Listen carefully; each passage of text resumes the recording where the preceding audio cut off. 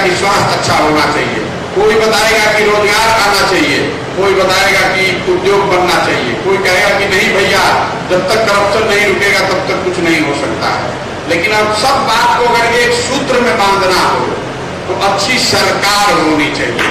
अच्छी सरकार होगी तो ही शिक्षा, स्वास्थ्य, रोजगार सब अच्छा होगा। और अच्छी सरकार तब होगी जब सही लोग चुनकर आएंगे।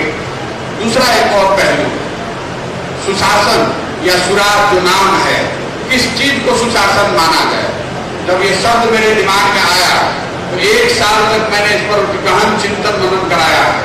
जिसको भी आप देश में बड़ा भारी इंटेलेक्चुअल मानते हैं, जो इस शब्द और इन विषयों के जानकार हैं, सबसे संपर्क किया, बात किया, ये पूछा कि सुशासन का डेफिनेशन क्या होना चाहिए, सुशासन को कैसे परिभाषित किया जाए, शिक्षा के आधार पर किया जाए कि इकोनॉमिक आधार पर किया जाए, सामाजिक न्याय पर किया जाए या सांप्रदायिकता पर किया जाए।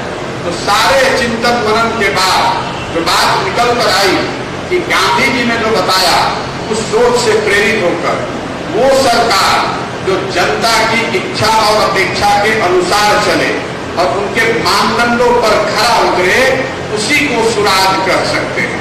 इसीलिए इसका नाम दिया जन सुराज। ये भाजपा सुराज और प्रशांत सुराज नहीं है, ये नीतीश सुराज और लालू सुराज नहीं है। क्योंकि जो भी सत्ता में बैठता है वो यही बताता है कि जो मैं कर रहा हूं यही सुशासन है। जो भाजपा के समर्थक और नेता हैं वो बताएंगे कि जो उनकी सरकार कर रही है वही सुशासन है, इसी से राम राज्य आएगा। जो कांग्रेस के लोग हैं वो बताएंगे कि भाजपा ने देश बर्बाद कर दिया, जो हम लोग पहले कर रहे थे वो सुराज था। और कहीं नीतीश जी से मिल लिए तो आपको बताएंगे कि सबको कुछ नहीं आता है, हम हैं सुशासन बाबू, हम जो बिहार में कर रहे हैं यही सुराज है।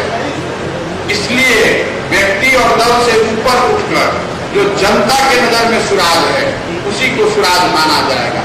मान लीजिए कि यहाँ म्यूजियम बन गया है, सड़क बन गई है, नीतीश जी और उनके दल के लोग ये आकर कह सकते हैं कि हमारे सुशासन का नतीजा है ये रोड बन गया, म्यूजियम बन गया। लेकिन जिन बच्चों का परीक्षा पेपर प्रश्न पत्र लीक हो गया, या अगर आपके गांव में विद्यालय नहीं है, या आपके घर में कोविड के दौरान किसी की मृत्यु हो गई, आपके लिए इस म्यूजियम और रोड का कोई मतलब नहीं। इसलिए इसका नाम दिया जन सुराज। सबसे पहले मैं धन्यवाद दे रहा हूं। मेरे पास 1 घंटा ज्यादा समय, आप घबराइए नहीं, आप थक जाइएगा। हम यहाँ खड़े बैठे हुए हैं, आप सारे प्रश्न आप पूछ सकते हैं, यही खड़े हैं। सबसे पहले मैं धन्यवाद देना चाहूँगा आपको कि आपने एक देश को नया दिशा की तरफ मोड़ा है और उसमें आपका 10 साल का जो अनुभव है, उस अनुभव को आपने जो हम लोगों के साथ शेयर किया है। और हमारे जन सुराज से जुड़ने वाले जितने भी हमारे भाई बंधु, बड़े बुजुर्ग मित्रगण हैं, मैं उनको अपने तरफ से नमन करता हूँ।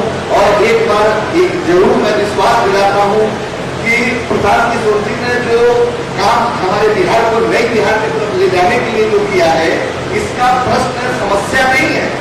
इसका एक ही प्रश्न है कि जाति और धर्म से उठ के जब तक आपका सोच नहीं बदल जाता है और आपने महात्मा गांधी और जयप्रकाश जैसे लोगों की भावना आपने जब तक तब्दील नहीं होती है, आपने त्याग की भावना नहीं होती है, तब तक नए बिहार का निर्माण नहीं हो सकता है। पार्टियां आएंगी, सदमे चलेंगी, लेकिन व्यवस्था नहीं बदलेगी।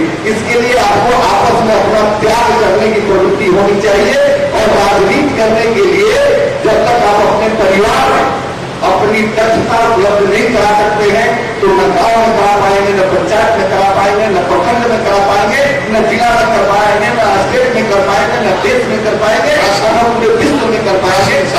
प्रश्न है कि क्या हम लोग में से बहुत सारे लोग विधानसभा चुनाव लड़ा और वहां जाति और धर्म का मामला था। इसके बाद आर्थिक व्यवस्था सबसे बड़ी सामाजिक कोण बनी हुई है। क्या पैसे वाले और उस परिवार वाले जिन्होंने आपने कहा कि अगर पूरे बिहार की परिवेश को देख लिया जाए तो परिवार, प्रश्न क्या है? प्रश्न यही है कि जाति धर्म और जिसके पास अर्थ व्यवस्था नहीं है, अगर उसके पास सामाजिक व्यवस्था बनाने की ताकत है, इसके बावजूद भी अगर वो पिछड़ रहा है तो आप उसको क्या परे कर सकते हैं? ठीक बात। देखिए, ये सबसे ज्यादा प्रश्न पूछा जाता है, इसलिए इसका आंसर ध्यान से सुनिए। जो लोग राजनीतिक तौर पर समाज के अगुवा बनना चाहते हैं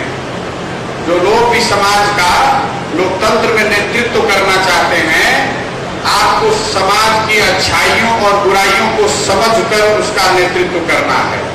आप ये नहीं सोच सकते हैं कि समाज में सब अच्छा हो जाए तब राजनीति करूंगा, क्योंकि वो कभी ना समाज में सब अच्छा होगा न कभी आप राजनीति करेंगे। समाज सुधारक में और राजनीतिक नेता में फर्क है। राजनीतिक जो नेता है, जो अगुवा है, उसको समाज की अच्छाइयों बुराइयों को समझना है और उसको साध कर जीतना है। जीतने के बाद आप समाज में अच्छा काम कर सकते हैं। अब आपने दूसरा प्रश्न पूछा जो सबसे ज्यादा बिहार में पूछा जाता है कि जाति के रहते हुए चुनाव कैसे जीतिएगा। मैं आपको बता रहा हूं, लोग बताते हैं कि बिहार में सब कुछ जाति के आधार पर ही होता है। आप में से ज्यादातर लोग जो ये कहते हैं, आप अगर मन में जाकर पूछिए कि आप किसी दूसरे राज्य में गए हैं चुनाव के दौरान और दावे के साथ कह सकते हैं कि वहां जाति की व्यवस्था नहीं है। कर्नाटक में भी लिंगायत का फैक्टर उतना ही है, दलित का फैक्टर उतना ही है, गुजरात में पटेल का फैक्टर उतना ही है, हरियाणा में जाट उतना ही है, आंध्रा में कापू और रेड्डी की बात इतनी ही है। आप गरीब राज्य हैं, इसलिए दिमाग में थोप दिया है कि बिहार का कुछ नहीं हो सकता है, सब जाते पर होता है। कि पहले इस बात को कहना बंद कीजिए। जितनी जाति, जितनी बड़ी सच्चाई राजनीतिक दृष्टि से बिहार में है, उतनी ही बड़ी सच्चाई दूसरे राज्यों में है। यहाँ बिहार में लोग बोलचाल में पूछते हैं तुम्हारा नाम क्या है, मान लीजिए हमने बताया प्रशांत किशोर, तो उसको समझ में नहीं आया कि मेरी जाति क्या है, तो तुरंत पूछेगा बाबूजी का नाम क्या है, आप बताइएगा श्रीकांत पांडे, तो फिर कंफ्यूजन हो गया, तो पूछेगा कि ब्राह्मण की भूमिहार है ना। 3 बार कम से कम इतना आंख में पानी है कि 2-3 सवाल करके आपका जात पता करने की कोशिश करता है। मैं आपको अपने अनुभव से बता रहा हूं, मैंने चुनाव पूरे सदर इंडिया में कराया है। आप आंध्रा में चले जाइए, आप जैसे नाम बताइएगा प्रशांत किशोर, पूछेगा कौन सी जाति, सीधा मुंह पर। कभी आपने पेपर में किसी विश्लेषक को लिखते हुए देखा है कि आंध्रा में भी जाति है? कोई नहीं बताता। अब दूसरी बात कराइए चुनाव के नजरिए से। आपकी बात है कि जाति पर ही वोट पड़ता है, आप हमको पता नहीं है, मान लीजिए। तो 1984 में बिहार में किसको वोट पड़ा? कांग्रेस पार्टी को। कांग्रेस पूरे बिहार को जीत कर आई थी न 1984 में। राजीव गांधी जीतकर प्रधानमंत्री बने थे। आपसे पूछेंगे कि बिहार में कांग्रेस को वोट कैसे पड़ गया, आप बताइएगा कि इंदिरा गांधी के मृत्यु से उपजी हुई सहानुभूति के लहर में भैया सब जात पात का आदमी कांग्रेस को वोट दे दिया। बोलिएगा ना, इसको लिख के रखिए। फिर पूछेंगे 1989 में क्या हुआ? पीपी सिंह के नेतृत्व में पूरा बिहार में जनता दल को वोट पड़ गया। तो आप तुरंत बताइएगा कि अरे नहीं, तो वो फोर्स का बहुत उस समय मुद्दा था, भ्रष्टाचार के नाम पर सारे लोगों ने जनता दल को वोट दे दिया। मान लिया बात को, इसको भी लिख लीजिए। फिर ऐसे 25 एग्जाम्पल दे सकता हूं, लेकिन आपको 3 देके समझा रहा हूं। फिर 2014 में आ जाइए, पूछेंगे कि जिस राज्य में मोदी जी की जाति का एक आदमी नहीं रहता है, भाजपा 2014 बिहार कैसे जीत गई?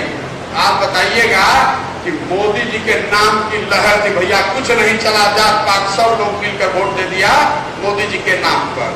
बोलिएगा ना, ये मेरा भविष्य का प्रेडिक्शन नहीं है, जो हुआ है वो आपको बता रहे हैं। ठीक है, तो सुनिए, पहले पूरा कर ले, फिर सवाल पूछिए। ये क्या 3 घटना क्यों बता रहे हैं?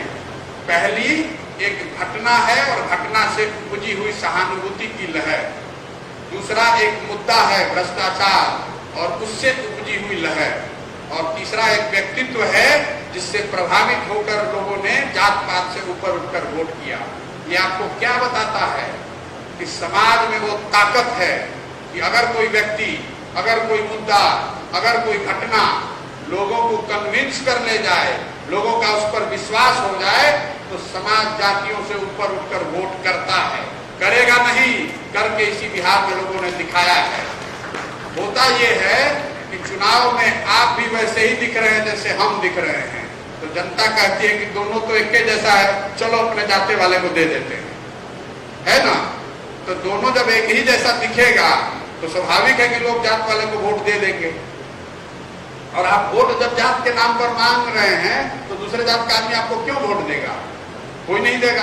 तो आके बाहर कानून बन जाता है। आप अगर चुनाव से पहले हारने वाला नेता हमसे कोई मिला नहीं आज तक जिंदगी में। चुनाव से पहले निर्दलीय उम्मीदवार जो बनारस में मोदी जी के खिलाफ लड़ रहा था, 2 दिन पहले अगर आप उससे जाकर पूछिएगा कि काहे लड़ रहे हो, कैसे जीतोगे, तो वो आपको गणित बता देगा कि मोदी जी को कैसे हरा देने वाला है। जब रिजल्ट आएगा तो उसको 500 वोट आया, तो पूछिएगा क्या हुआ चुनाव के बाद, तो बताता है कि भैया हिंदू मुस्लिम हो गया, भैया सब जात पर हो गया। अरे भाई तुमको पहले भी 500 आने वाला था, ये तुम्हारा भ्रम था कि तुम मोदी जी को हराने वाले, ये सच्चाई नहीं है। और इस बात को कहकर आप बिहार को अपना हाथ मजबूत नहीं कर रहे हैं। हर राज्य में ऐसी जाति की व्यवस्था है। अगर आप राजनीति करते हैं तो जाति की खूब अच्छी समझ होनी चाहिए। जाति को समझना और समझकर उसको राजनीतिक तौर पर साधना एक बात है, और जाति की राजनीति करना वो दूसरी बात है। हमको जाति की समझ है, लेकिन जाति की राजनीति नहीं करना चाहते। फिर बोलिए। मेरा नाम अम्बरीश कुमार हुआ। सबसे पहले तो मैं आपको तहे दिल से शुक्रिया जो आपने ये प्रयास ठाना है, ये जो चेंजेस लाने का आपने मन में ठाना है। आई नो कि ये बहुत लंबी लड़ाई होने वाली है, तो आपके जज्बे को सलाम। तो सबसे पहले हम सवाल पे आते हैं कि आपने बिहार के लोगों को एक ये दिखा दिया है कि हम बिहार को चेंज करेंगे, ऐसा बहुत लोगों ने बोला है।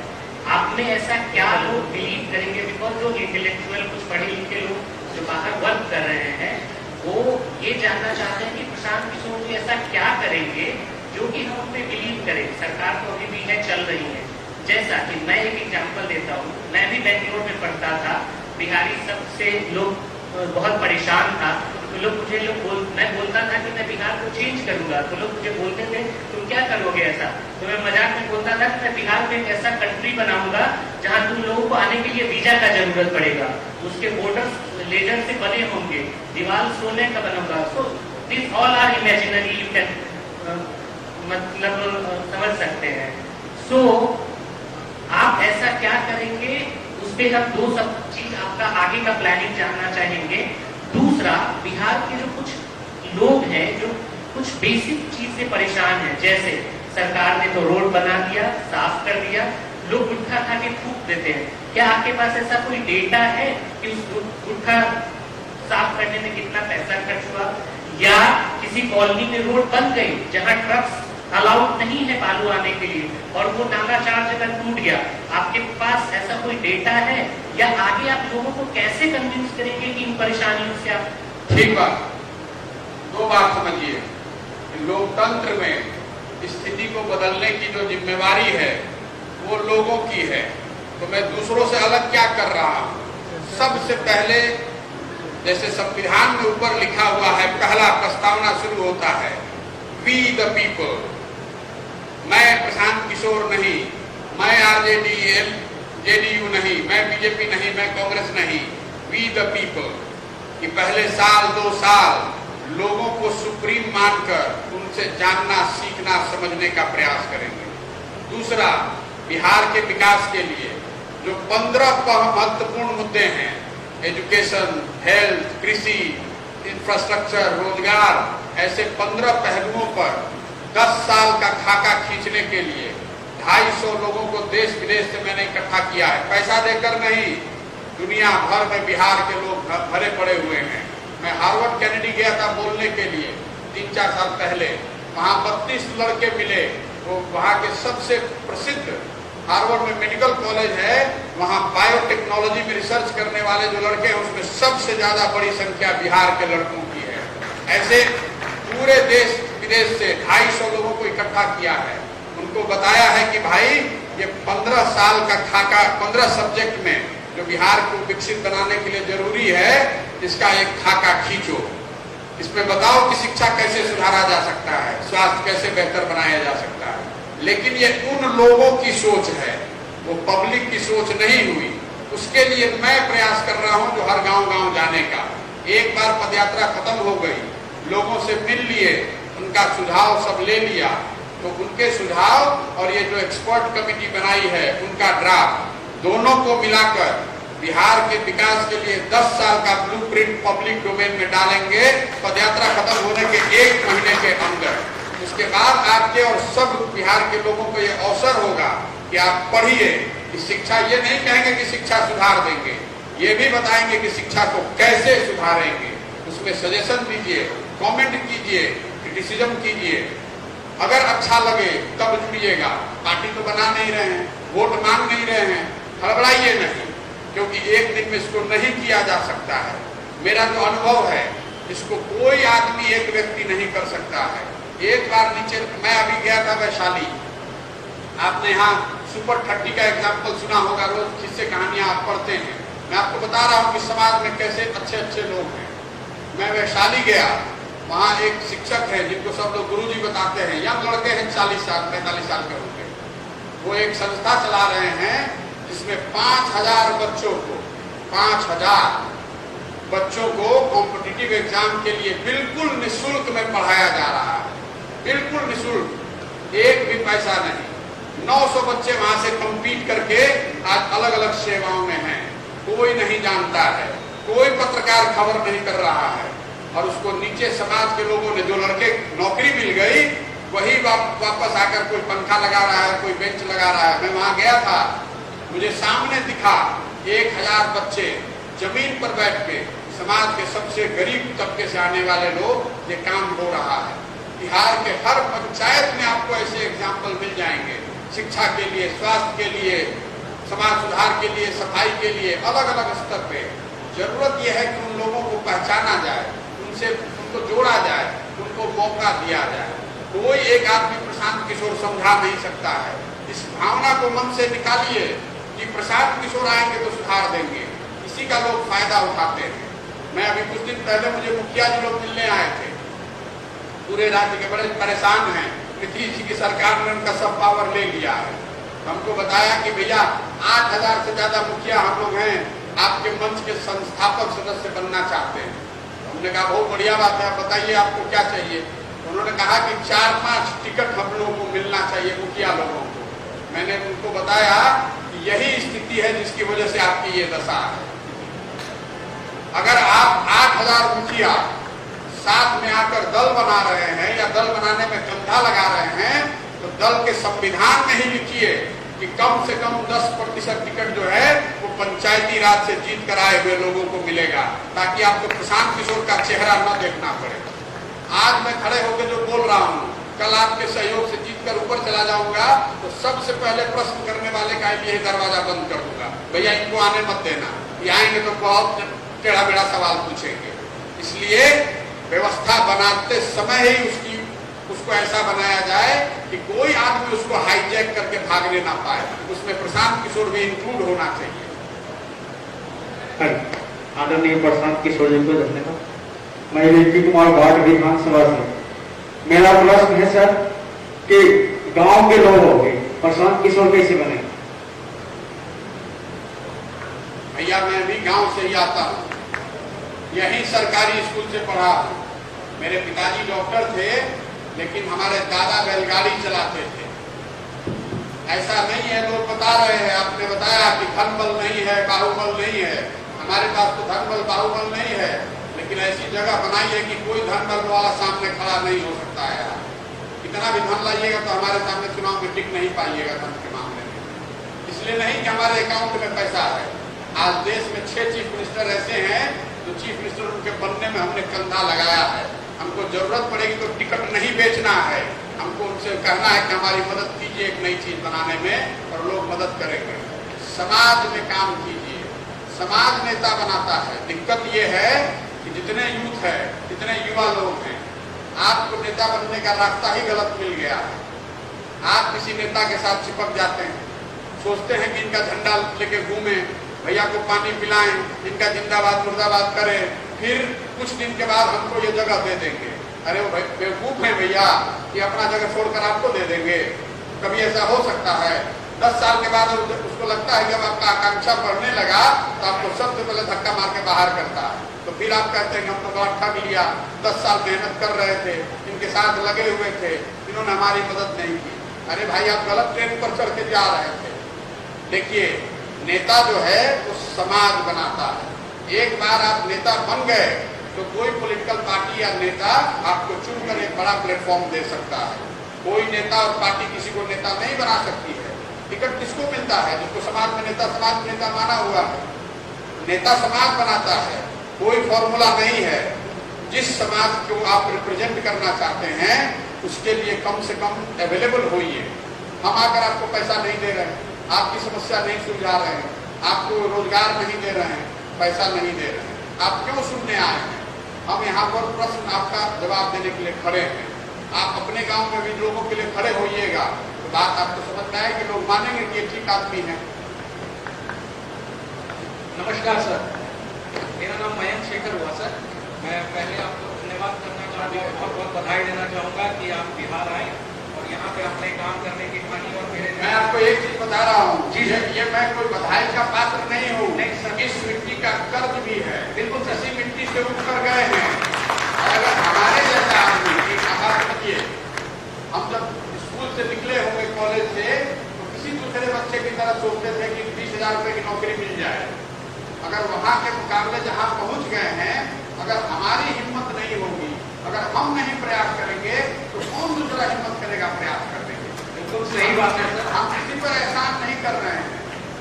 बस सर धन्यवाद इस बात की थी कि आज के जो करंट सिनेरियो में जितने पॉलिटिकल पार्टीज उससे लोग तंग आ चुके हैं, यूथ जो है समझ नहीं पा रहे हैं कि किस तरीके से आगे काम करना है।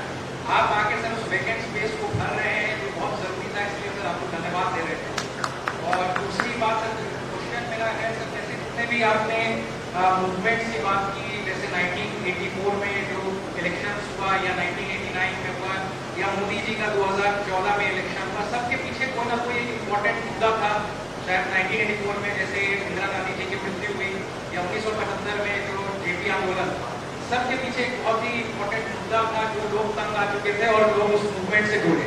मेरा सर कहना आपसे क्वेश्चन है कि जो ये मूवमेंट होगी, जो ये जन यात्रा होगी, उसका सर आत्मा क्या होगी? कौन सा एक मुद्दा जो आप सबसे जरूरी समझते हैं जिससे हम अपने मित्रों को समझा सकें कि प्रशांत किशोर से जुड़िए, हमारे साथ आगे बढ़िए? धन्यवाद। सही लोगों की पहचान और उनको मौका देना। जो समाज के किनारे बैठा हुआ है, आप अपने मित्रों को बताइए। हर आदमी राजनीति में नहीं आ सकता है। अगर आप आंकड़ों को देखेंगे तो जैसे समाज में हर आदमी डॉक्टर नहीं हो सकता है, हर आदमी शिक्षक नहीं हो सकता है, हर आदमी व्यवसायी नहीं हो सकता है। आप अपनी इच्छा के अनुसार कुछ चुनते हैं। वैसे अगर समाज के आंकड़ों को अगर आप देखेंगे तो 8 से 10% लोग राजनीति से सीधा ताल्लुकात रखते हैं। आप क्या कर सकते हैं? अपने दोस्तों को बता सकते हैं कि अगर भाई तुम्हें राजनीति करनी है तो ये मौका है, तुम्हें पैसा नहीं देना पड़ेगा, अपनी क्षमता के अनुसार जुड़ सकते हो, क्षमता है तो कुछ ना कुछ रास्ता निकल आएगा। इतना ही बताना है। उनको बताइए। उनको नहीं बता सकते हैं तो हमको बताइए, हमारे नंबर पर फोन करके बताइए कि भैया ये 10 आदमी हैं, इनको जरूर साथ में जोड़िए। ये लोग कल अगर जीत कर आ जाएंगे, इनका हाथ पकड़ के आप आगे बढ़ा दीजिएगा तो ये समाज के लिए कुछ अच्छा करेंगे। इतना ही चाहते हैं आपसे मदद। आपके पास फेसबुक होगा, यहाँ बैठे हुए जितने लोग हैं, लोग बताते हैं कि हम भैया पढ़ाई कर रहे हैं, पढ़ाई करें कि ये करें, कोई चिंता की बात नहीं है। पहले पढ़ाई कीजिए। जो आदमी अपनी चिंता नहीं कर सकता है वो समाज की चिंता क्या करेगा? लेकिन पढ़ाई करते करते जो दिन भर गाना भोजपुरी देखते हैं उसको थोड़ा कम करके 5 मिनट पे, आपकी बात नहीं कर रहा हूँ, जनरल बात, तो 5 मिनट फेसबुक पर लिखिए। ये अच्छा प्रयास है। फेसबुक पर मान लीजिए आपके साथ 500 लोग जुड़े हुए हैं, उनको भी पता चलेगा। आप यहाँ मीटिंग में आए हैं, हिंदी में, भोजपुरी में, अंग्रेजी में, जो भाषा समझ में आती है, अपने फेसबुक पर, ट्विटर पर जाकर लिखिए कि मेरा अनुभव ये रहा, ये आदमी ठीक है, ये आदमी खराब है, बकवास कर रहा है, उसको लिखिए, चर्चा में ले आइए। अपने आप लोग समझेंगे उससे कि जुड़ना है कि नहीं जुड़ना है। महोदय नमस्कार सर। सर मैं सर्वप्रथम मैं अपना परिचय दे दूं। मैं केंद्रीय विद्यालय दानापुर कैंट से एक रिटायर्ड शिक्षक हूँ सर।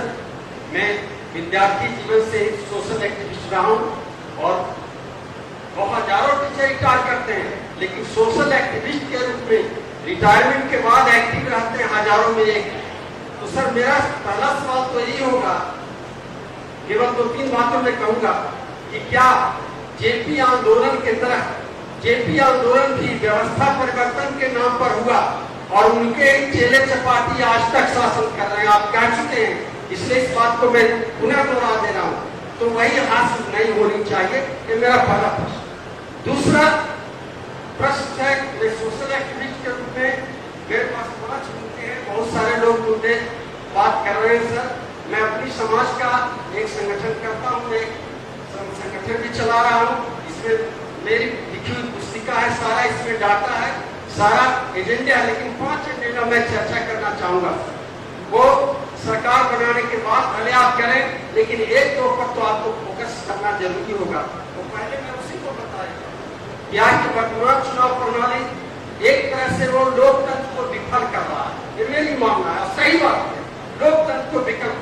तो वर्तमान चुनाव प्रणाली में आप कैसे सुधार करेंगे, ये तो शायद सरकार बनने की बात ही संभव है, ये मैं भी जानता हूँ। दूसरा, अपने आप राजनीतिक प्रणाली एक भ्रष्टाचार का वो जड़ ही नहीं दिशा बट वृक्ष है, ये बात भी सही है, इसको आप कैसे करेंगे। और 2-3 पॉइंट है, सबसे बड़ी बात शिक्षा, समान शिक्षा नीति और चिकित्सा नीति क्या आप सरकार बनाने पर इस पर विचार करेंगे। आपने पहले कह चुके, मैं करूंगा, उसकी देखूंगा, लेकिन सर मैं काउंटर आपका जवाब दे रहा हूँ। आपने कहा कि हमारे छोटे छोटे समाज में बहुत जगह लोग काम कर रहे हैं, लेकिन जब राष्ट्रीय नीति बनता है उससे पूरे समाज लाभान्वित होते हैं। छोटे छोटे प्रयास वो भी सफल होगा, लेकिन राष्ट्रीय नीति बनने से हो तो क्या समान शिक्षा नीति और चिकित्सा नीति पर आप काम करेंगे चुनाव के बाद। और दूसरा कि अनिवार्य गरीबों है कि गरीबों के लिए अनिवार्य जो यूनिवर्सल बेसिक इनकम है कितना रखेंगे, वो भी होना चाहिए। और तीसरा अंतिम कि इस देश में भले समाजवाद हमारा संविधान में उद्देश्य में है, तो समाजवादी पैटर्न पर अमीरों के लिए वैसे व्यक्ति जो कोई उद्योग नहीं चलाते हैं, कोई प्रोडक्शन का काम नहीं करते हैं, उनके संपत्ति का कोई सीमाबंदी आप करेंगे क्या। धन्यवाद। जो आपने जो मुद्दों की बात की है उस पर मैं टिप्पणी नहीं करूंगा, उसका जवाब मैंने पहले दे दिया है, इसलिए कि अगर उन मुद्दों पर जो मैं बोलूंगा वो बिना लोगों से पूछे हुए उससे पहले करने की बात है, तो उसके लिए आपको थोड़ा इंतजार करना पड़ेगा। तो पहली बात आपने पूछी जेपी आंदोलन की, तो इस बात को पहले समझिए। जेपी आंदोलन बिहार को सुधारने के लिए, बिहार में एक नई व्यवस्था बनाने के लिए नहीं था। जेपी आंदोलन देश में उस समय जो राजनीतिक व्यवस्था थी उसको हटाने के लिए था। हम क्रांति में मेरा यकीन नहीं है, मैं आपको स्पष्ट बता रहा हूं, मेरा क्रांति में यकीन नहीं है, इसलिए कि क्रांति से अगर आप ह्यूमन हिस्ट्री को पढ़ेंगे, मानवता के इतिहास को पढ़ेंगे, तो आपको पता चलेगा कि फ्रेंच रेवोल्यूशन को अगर छोड़ दीजिए, फ्रांस की क्रांति को अगर छोड़ दीजिए, तो किसी क्रांति से समाज का बहुत बड़े स्तर पर फायदा नहीं हुआ है। क्रांति से आप समाज किसी सरकार को हटा सकते हैं। जेपी रेवोल्यूशन हुआ, इंदिरा जी को आपने हटा दिया, लेकिन उससे व्यवस्था नहीं बदली, जो थी वैसे ही रही। उनका बहुत सम्मान है, बहुत बड़े व्यक्ति थे, लेकिन उनका जो मोटिव था वो मोटिव ये था कि उस समय की इंदिरा जी की जो सरकार है उसको उखाड़ फेंकना है। उसमें वो सक्सेसफुल भी रहे। हमारा मोटिव ये नहीं है कि मुझे नीतीश जी को उखाड़ फेंकना है, कि मुझे भाजपा को उखाड़ फेंकना है। मैं बिहार में एक ऐसी व्यवस्था बनाना चाहता हूँ जिसमें सही लोग साथ में आकर अगले 5 साल 10 साल लगातार प्रयास करने का जिनके पास अवसर हो, जिससे बेहतर बिहार बनाया जा सके। मैं क्रांति में नहीं, जन आंदोलन में यकीन रखता हूँ, उसी के लिए ये प्रयास कर रहा हूँ।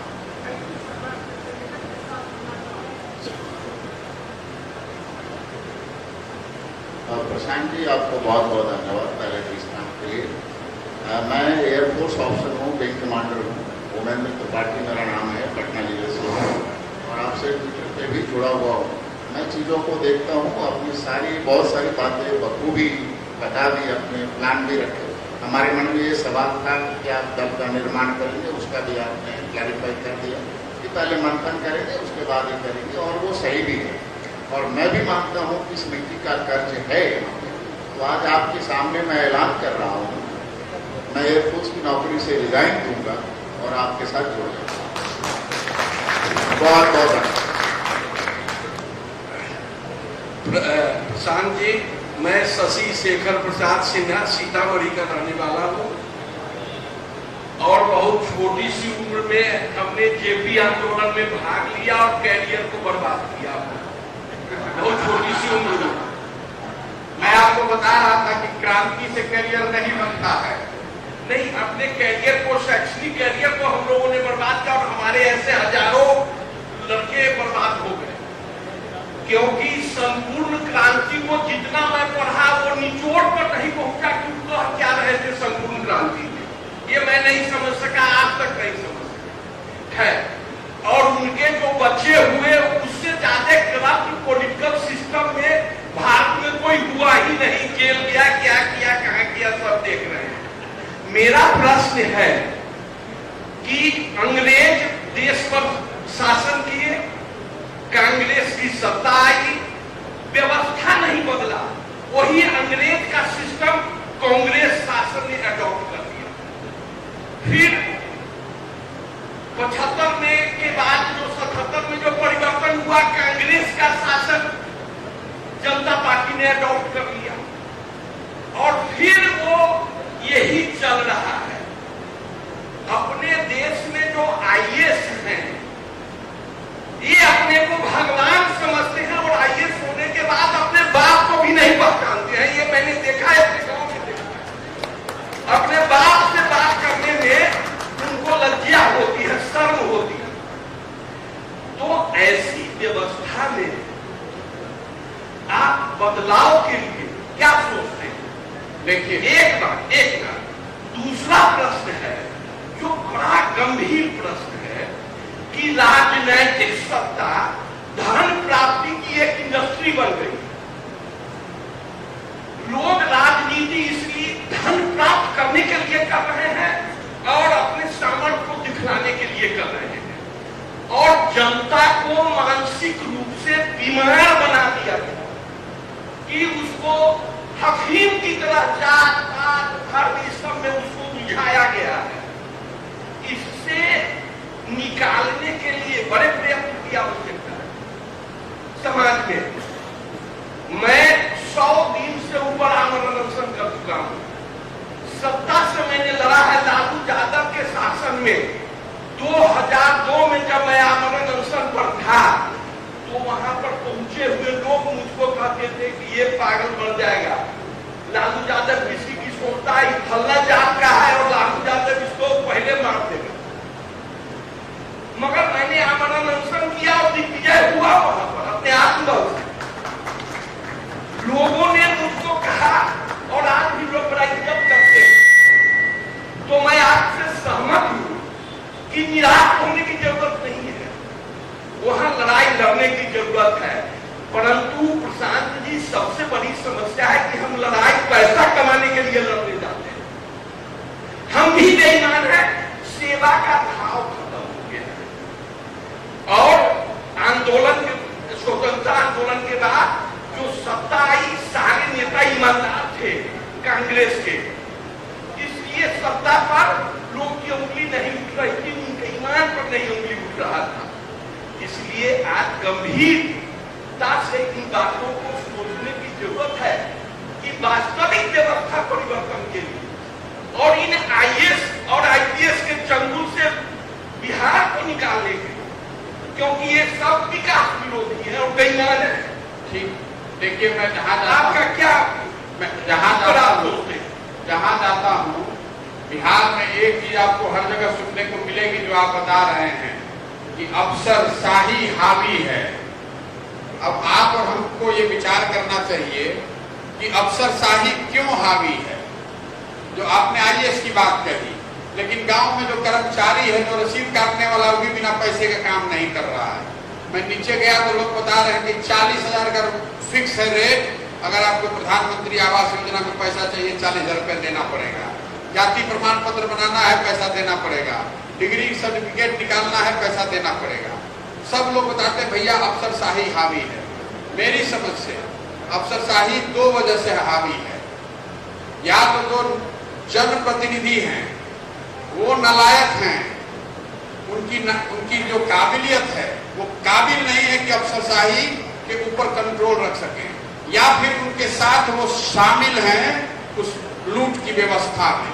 तो या तो आप शामिल हैं या आप नाकाबिल हैं, तीसरी कोई बात नहीं है।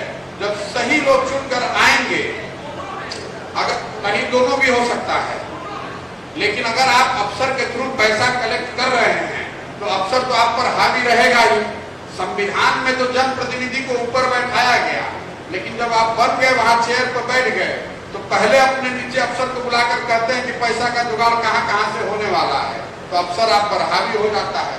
या जो लोग पैसा नहीं कमा रहे हैं वो इतने बेवकूफ हैं या उनकी काबिलियत ही नहीं है कुछ, तो उनको अफसर भी एक तरह से माप लेता है कि इनको कितना बताना है और कितना नहीं बताना है। दूसरी बात आपने बताया कि सब व्यवस्था में धीरे धीरे खराबी आ गई है, लोग चोर हो गए हैं।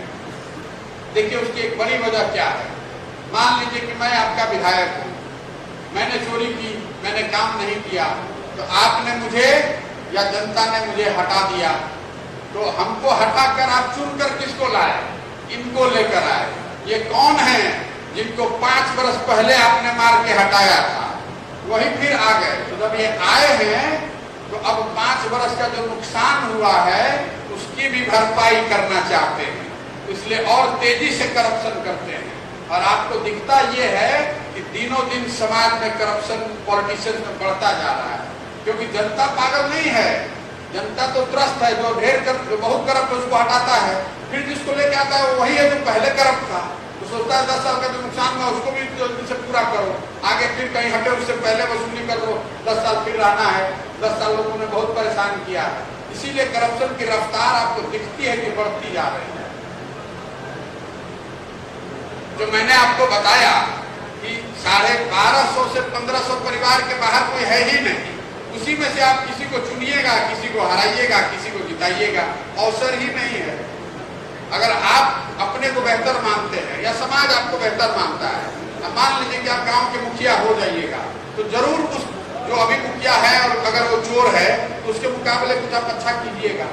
तो पूरी व्यवस्था, पूरी सोच इस पर टिकी हुई है कि समाज में अच्छे लोगों को ढूंढ कर लाया जाए। इसीलिए सबसे ज्यादा प्रयास भी उसी के लिए कर रहे हैं। पार्टी बनाना 1 दिन 1 हफ्ते का काम है, चुनाव लड़ना 6 महीने का काम है। ये जन सुराज की सोच और पेपर की शिक्षा कैसे सुधरेगी, रोजगार कैसे सुधरेगा, वो एक दिन 1 महीने 2 महीने में हो सकता है। समाज से सही लोगों को ढूंढ कर निकालना बहुत मुश्किल है, इसीलिए ये पूरा लंबा 1.5 साल 2 साल का प्रयास कर रहे हैं। मैं संजीव आनंद, पटना सिटी अधिवक्ता संघ का सहायक सचिव हूँ। देख नहीं पा रहा जी।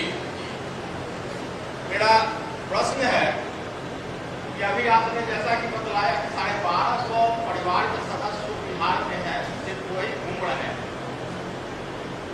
मेरा कहना है कि आज जिस तरह से यहाँ एक छोटी उपस्थिति संस्कृति में अच्छी खासी संख्या हुई है, हर जगह घूम रहा है और लोग परिवर्तन भी चाह रहे हैं, तो यह परिवर्तन जब आएगा, अच्छा जब आने वाला होगा, तो चुनाव जब लड़ने की परिस्थिति आती है, चुनाव होगा, तो कहीं यह तो नहीं होगा कि जो पूर्व विधायक है, वर्तमान विधायक है, जो जिताव उम्मीदवार के नाम पर कहीं आप तो नहीं उसको एडॉप्ट कर लेंगे और उसी पर फिर अपना सट्टा लगा देंगे। धन्यवाद। इतना बेवकूफ तो मैं शक्ल से नहीं दिखता हूँ, लेकिन आपने पूछा है तो आपको बता रहा हूँ। देखिए, बहुत लोगों ने सुझाव दिया कि आप जो लोग अभी पार्टी में हैं, दूसरे दलों में, उन पर कंप्लीट प्रतिबंध लगा दीजिए, घोषणा कर दीजिए कि उनमें से किसी को शामिल नहीं करेंगे। लेकिन मेरी नजर से वो गलत हो जाएगा, इसलिए कि कोई भी दल हो उसमें अच्छे लोग भी हैं और बुरे लोग भी हैं।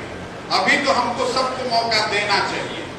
अगर वो आना चाहते हैं तो आइए, लेकिन हमने रास्ता ही इतना लंबा और टेढ़ा बनाया है कि ज्यादातर उसमें से पहले आएगा ही नहीं।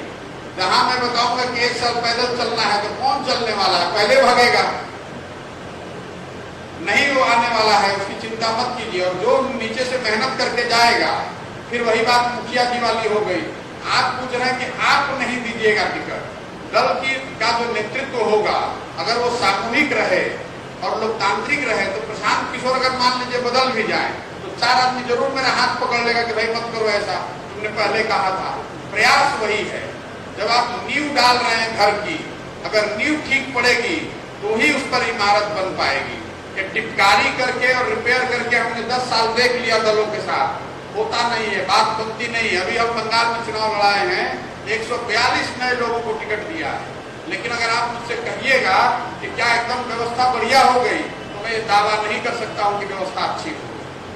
इसलिए ये लंबा रास्ता लिया है और ज्यादातर ऐसे जो लोग हैं वो टिकने वाले नहीं हैं। वो बाहर बैठ के देखेगा, लास्ट में जब भीड़ हो जाएगी तो चढ़ने आएगा, तो सीट तब तक पहले ही भर गई होगी।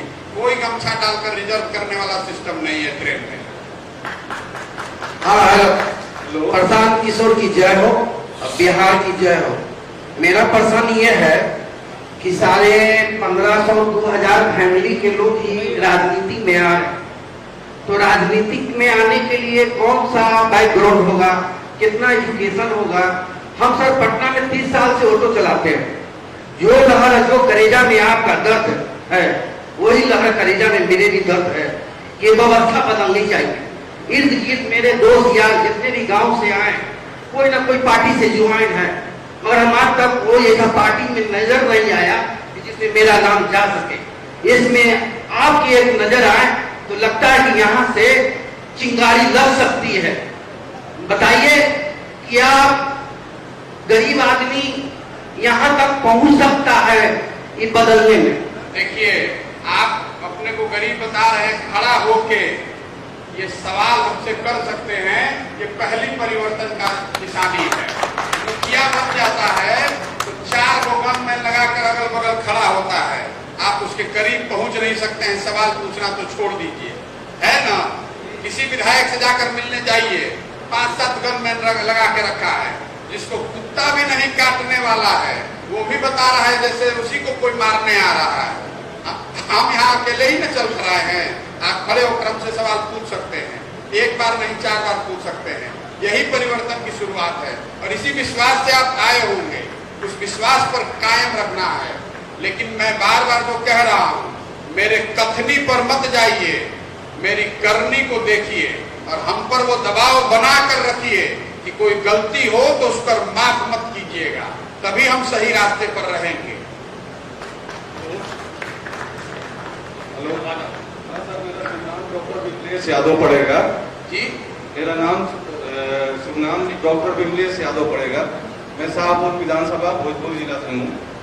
सर, लोकतंत्र में 3 चीजें होती है, जवाबदेही, डर और जिम्मेवारी। तो सर, आप किंग मेकर बनकर ये तीनों चीज तो नहीं कर पाए। कहीं ना कहीं बिहार या अदर राज्यों में करप्शन खत्म नहीं हुआ, इसकी जिम्मेवारी आपको की दी जाती है। तो क्या पहले ही बताया कि क्या गाली दे रहे हैं? 1 मिनट सर, तो क्या आप किंग बनकर जवाबदेही, जिम्मेवारी और डर, क्या ये आपके साथ लागू होगा? क्या हम अपेक्षा कर सकते हैं? हम आपको बार बार कह रहे हैं कि आप ये क्यों मान के चल रहे हैं कि हम ही किंग होंगे? आप क्यों अपने पर भरोसा है ना कि आप अगर बन जाइएगा तो आप नहीं कीजिएगा? अगर आप वहां मुखिया बन जाइएगा, आप विधायक बन जाइएगा तो आप तो नहीं चोरी कीजिएगा। अपने पर भरोसा रखिए। हमारा काम ये है कि आपको मौका दे कि आप वहां पहुंच सकें। नहीं सर, अभी आपने बोला कि मुझे 6 राज्य का सीएम मेरे साथ है, तो साथ नहीं है, आपने बात को सुना नहीं। और 6 जगह मैंने सरकार बनाई, आपने बोला। बाकी सर 6 जगह ये 3 चीजें जो है लागू तो हुआ नहीं। बिहार में कहीं ना कहीं आपने बोला 7 नीचे योजना में हम थे, बल्कि वो धरातल पे नहीं आई।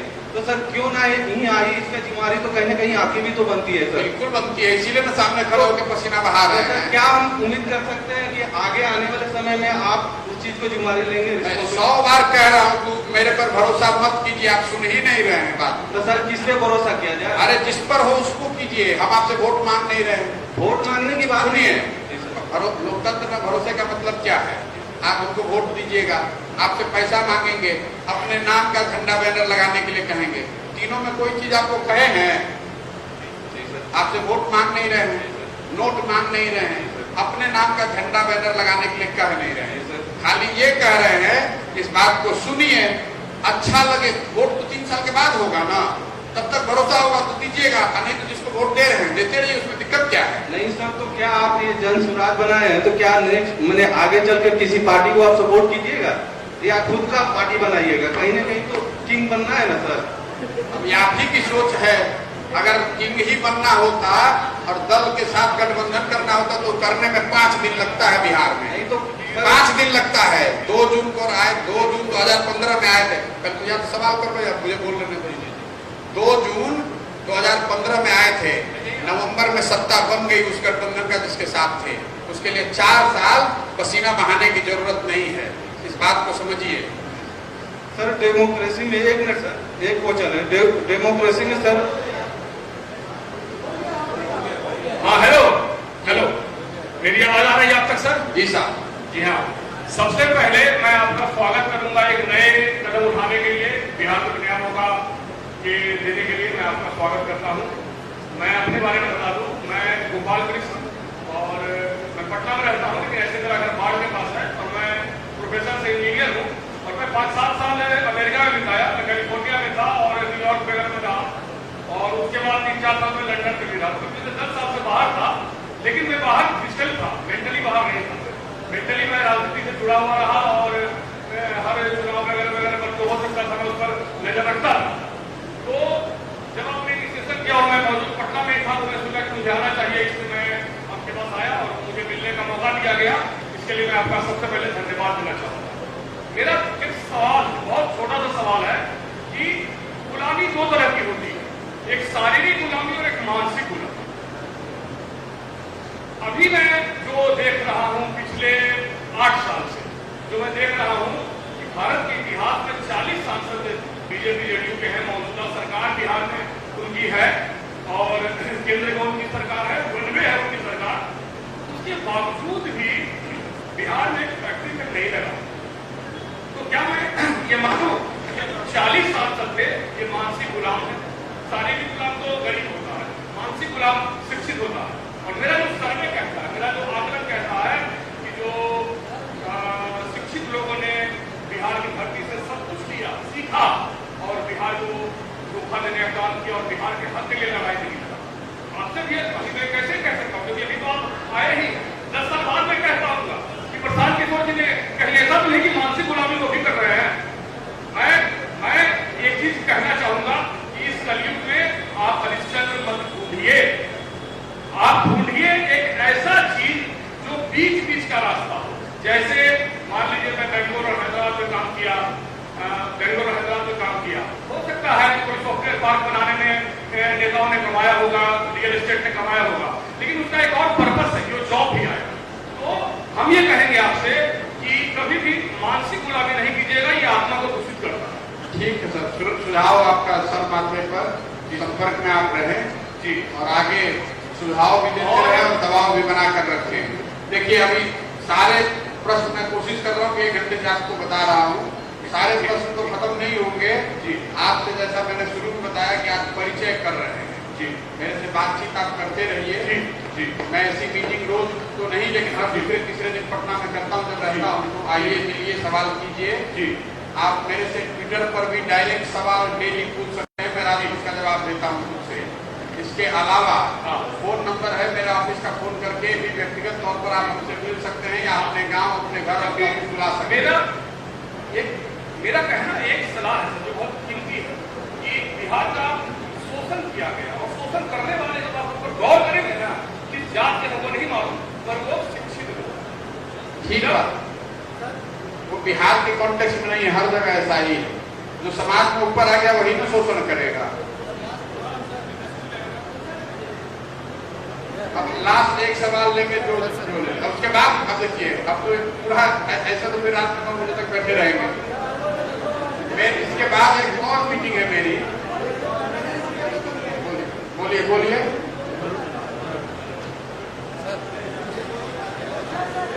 उनको दे दो भैया, पीछे जो कलम के पास माइक है उनको बोल दे। मैं रचित नारायण तिवारी, मैं माँ सरस्वती का साधक हूँ, एक अभिशापित शिला और राम की तलाश में आया हूँ। तो उस पर मैंने एक पंक्तिबद्ध किया है। मेरा प्रश्न नहीं है, लेकिन मेरे इस पंक्तिबद्ध में ही मेरा प्रश्न छिपा है और उत्तर श्रद्धेय आपके पास है कि अभिशापित जड़वत जिज्ञासा इस आशा में बैठी है, इस पाषाण शिला को शायद फिर से कोई राम मिले। तो श्रद्धेय, मैं यहाँ आया हूँ उस राम की तलाश में, मैं नहीं, इस सभागार में सभी राम की तलाश में आए हैं। अब बहुत हुआ, आप हम लोगों के लिए राम बने और उद्धार करें। मेरे दादाजी मुझे बच्चा में, जब बाल्यकाल में मैं था, तो मुझे एक पंक्ति पढ़ाते थे कि बुरी आदतें आरंभ में छोड़ देनी चाहिए, तो उसे मैंने पंक्तिबद्ध किया। इंग्लिश में है bad habits should be nipped into the bud, तो उसे मैंने पंक्तिबद्ध किया। आधारहीन शब्दों को जब से पूर्ण विराम मिले, तब से नई चेतना जागी और नया याम मिले। और आपने श्रद्धेय एक बड़ी अच्छी बात कही कि प्रशांत किशोर जी अकेले काफी नहीं है, तो मैं आपको स्मरण करा देता हूं, हम सभी इस सभागार में आपके साथ है। उसे मैंने पंक्तिबद्ध किया कि हमने भी मां के गर्भ में सीख ली थी युक्तियां कौरवों के बीच जाकर चक्रव्यूह को भेजना। बहुत बहुत धन्यवाद। धन्यवाद साहब, आप कितने देर से मेरी बात सुन पाए हैं। मैं जो लोग हाथ उठा रहे थे उनसे क्षमा चाहता हूँ, मेरी एक और मीटिंग है। मैं 1.5 घंटे, मैंने आपको कहा था कि मैं 30 मिनट बोलूंगा और 1 घंटे आपके प्रश्न लूंगा। ये संभव नहीं कि हर आदमी का हर सवाल का आंसर दे दिया जाए। पूछ लीजिए अगर आप और पूछना चाहते हैं। ऊंचा बोलो, ऊंचा बोलो। सर, मैं आलोक कुमार एन कॉलेज का स्टूडेंट हूँ। सबसे पहले मैं आपको इन्वाइट करना चाहता हूँ एन कॉलेज में। और मेरा ठीक है, जिस दिन इन्वाइट कीजिएगा उसी दिन सारा सवाल कीजिए। एक क्वेश्चन है सर, मंदिर में सर, मंदिर में सब लोग जाते हैं, एमएलए एमएलसी सब लोग जाते हैं, लेकिन वहाँ पे जितने भी भिखारी बैठते हैं उन पे कोई ध्यान नहीं देता है। तो आप लोग कैसे उन लोगों पे ध्यान देंगे और इससे कैसे कनेक्ट होंगे, मैं ये जानना चाहता हूँ। हम चाहेंगे कि मेरे जीवन काल में ऐसा बिहार बन जाए जिसमें कोई भिखारी मंदिर के सामने न बैठा। सर एक सवाल ले लीजिए सर, प्लीज एक सवाल ले लीजिए सर, सर प्लीज। सर